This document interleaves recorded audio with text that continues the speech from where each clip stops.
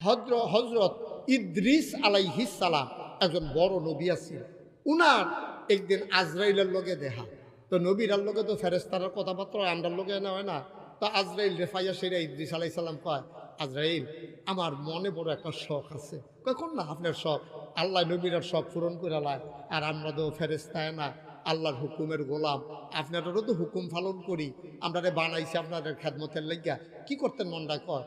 মনটায় কয় তোমারে দুস্থ বানাইতাম। কারে কয়? আহারে ঘুমাইলেছেন সব? কারে কয়? আজরাইল রে কারা না কয়? ইদ্রিস আলাইহিস সালাম কয় তোমারে দুস্থ বানাইতাম মনটায় কয়। ইদ্রিস আলাইহিস সালাম এই আজরাইলে হাসি দিয়া কয়, আপনি যে আমারে দুস্থ বানাইবেন আর যেটা বানান, সময় আইলে হাসরান দিয়া লায়। যত আপনি এই জায়ে বানান, সময় শেষ। আমি কইলাম আপনার আর রাখতাম পারতাম না, দুস্থ বানান আর জায়ে বানান। কয় ভাই আমি থাকতামও চাই না, তবে তুমি আমার একটা কাম করার লাগবে, দুস্থ যে বানা একটা উপকার করবা। কয় কি উপকার? কয় শুধু 3 বার এন্তেকালের আগে 1 মাস 1 মাস 1 মাস, এই 3 মাস আগে 3টা ওয়ার্নিং দিবা, দোস্ত সময় গণা যাইছে, 3 বার কইবেন, কইবা যে 3 মাস 2 মাস 1 মাস। তো বুদ্ধিটা তোমার লোকে কিতা করছি, তা আমি যখন শুনাম যে আর 3 মাস আছে, তাড়াতাড়ি আমি আরো আমল বাড়াই দেয়। যখন শুনাম 2 মাস আছে আরো বাড়াই দেয়। যখন শুনাম 1 মাস আছে তখন একবারে পুরা রেডি হয়ে যে গিয়া এইটার লাগিয়া তোমার দুস্থ বানাইতাম চাই। আজরাইল লোক এইটা ফারাম, সব হানা লাগতেন না, আজরাইল লোক এইটা ফারাম। আমার কাছে তো আগে খবর আইয়া পড়ে আপনার কোন সময় কারে নেওয়ান লাগবো। আমি যখনই খবর পাই তখন আপনি ডাক দিয়ে এটা কইয়া দেন, দোস্ত আপনার রেডিওর সময় বেশি নাই, এই আল্লাহ কইছে আপনি মিলে যাই গেন লাগবো, এই কথাটা কইতাম ফারাম, কত এটাই কই।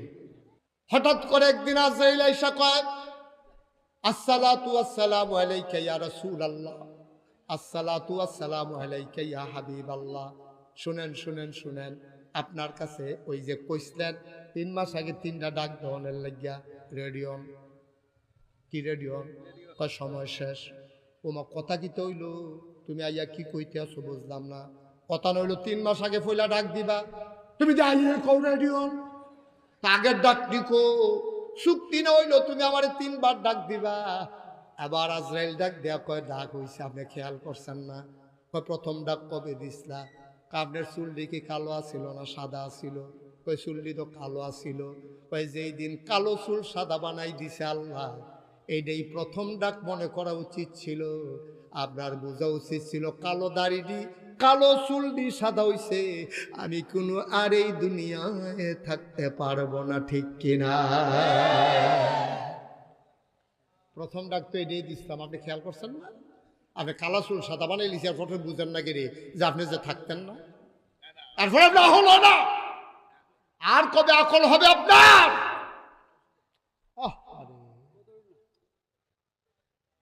কালো চুলগুলো সাদা বানাই দিলাম, এরপরও আপনি বুঝেন না আপনি যে থাকবেন না। ডাক দেওয়ানের কি আছে? খালি ডাক দিলেই কি ডাক হয়নি? কিছু লক্ষণ বুঝন লাগে না?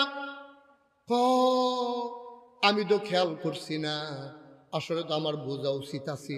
আচ্ছা বুঝছি, দ্বিতীয় ডাকটা কবে দিছিলেন? আগে আপনি কি সোজা মানুষ ছিলেন না বাঁকা মানুষ ছিলেন? আগে তো আমি সোজা হয়ে আসতাম, তখন দি ছড়ি লাগে, বাঁকা হয়ে আনেন, সোজা বেড়ারে গুছা বানাই লাইলাম। এরপরও বুঝেন না দুনিয়া থাকার জায়গা না, এরপরেও বুঝেন না থাকা যাবে না। আপনার দাঁতগুলো কি আসেনি? কয় না, দাঁতগুলো তো পইরা গেছে। কয় হাড্ডি শুদ্ধা চাবাইয়া তুষ করে ফালাইছেন যেই দাঁত দিয়া, এই দাঁতগুলো আপনার নিয়ে গেলেন আল্লাহ। তারপরেও বুঝেন না এই দুনিয়ায় থাকা যাবে না। 3টা ঠাক ঠিকই দিছি, সোজা বেড়ারে গুছা বানাইছি, কালা দাড়ি সাদা করছি, দাঁতগুলা ফালাই দিছি, টান টান চামড়া আরো কত লক্ষণ আপনার মাঝে প্রকাশ ঘটাইছি, টান টান চামড়া ঢিল বানাই দিছি। তারপরও আপনি বুঝেন না এই দুনিয়া থাকার জায়গা না।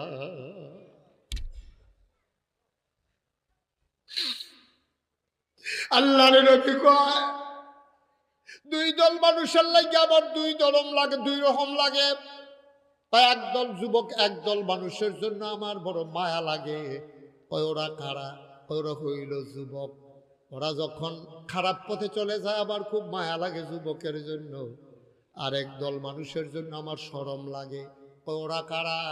ওই বুড়া মানুষটি যখন দাড়ি লইয়া এই ফোড়া চামড়া লইয়া নামাজ ছেড়ে দেয়, আবাদত বন্দিগি ছেড়ে দেয়, আল্লাহকে যখন ভুলে দেয়, আমার বড় শরম লাগে। আমার খুব শরম লাগে।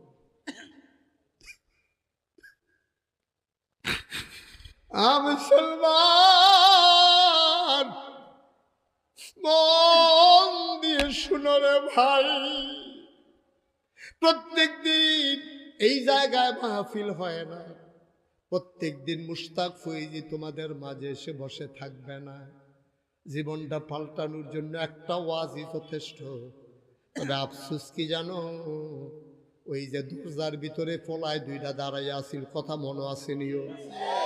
দরজা বন্ধ করুন না, বেড়ায় কইছিল হইলে বিতরাইয়ের না হইলে বাইরে যাও। মাইদা মাইদি কোনো জায়গা নাই, ইসলামটার ভিতরেও মাঝামাঝি কোনো জায়গা নাই। হয় পরিপূর্ণ ইসলাম মানবা, নাইলে কাফের হইবা, কিছু মানবা কিছু মানবা না। এইরকম ইসলাম আমার আল্লাহ গ্রহণ করবেন না, ঠিক কিনা? তুমি নামাজের সময় ইসলাম মানো, মানিনিও? নামাজের সময় ইসলাম মানো, সাংঘাতিক মানা মানে ইমাম সব গরিব মানুষ, বাইটটা বেড়া, গুসা, দাঁতরি ওসা, ঠুট্টি মুড়া, দেখতে মুড়েও সুন্দর না, এমন ইমামেও যখন আল্লাহু আকবার কয়, ফিসি দিয়া এমপি সাহেব, ফিসি দিয়া মন্ত্রী সাহেব, ফিসি দিয়া কোটিপতি, ইমাম দেখতেও সুন্দর, বংশ ভালো না, তারে দেখতে মুড়েও ভাল লাগে না। তারপরে ইমামে কইছে আল্লাহু আকবার, তোমার দাঁড়াই থাকার কোনো সুযোগ নাই, তুমি ওই ইমামের আল্লাহু আকবারের সাথে নিজেকেও আল্লাহু আকবার বলে কুরবানি দিয়ে দেওয়া লাগবে, ঠিক কিনা? ইমাম দিয়ক্কের ব্যবতা। এবার আর নমুনা মুডেও সুন্দর না, চালাক চতুর না, গরিব মানুষ, দিনে না দিনে খায়, কাফনের মুর্দারে গোসল করাইয়া এবার সহজ সরল ভাইয়া সাবানটা দিয়া দেয়। ওই হুজুরকে সোয়াবের লেগে সাবানটা দিয়া দেয়, আব্বারে গোসল করাইয়া যেই সাবানটা উফুরছে, তারা সকল ভাইয়াতে বিদ্যা বুদ্ধি করিয়া হুজুরে সাবানটা দিয়া দিছে।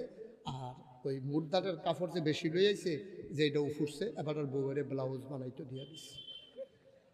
কিরকম অসভ্য হইলে এটা সম্ভব? কিরকম অসভ্য হইলে এটা সম্ভব? একটা মরা বেড়ারে গোসল করায় তুই সাবানটা হুজুরে দিয়া দে সোয়াবের লেগিয়া, সোয়াবের ঠাড়া পড়ছে, সোয়াবিনের রাস্তা তো উঠতে আছে, খালি আঞ্জা দিয়া জাল হইতে পারো।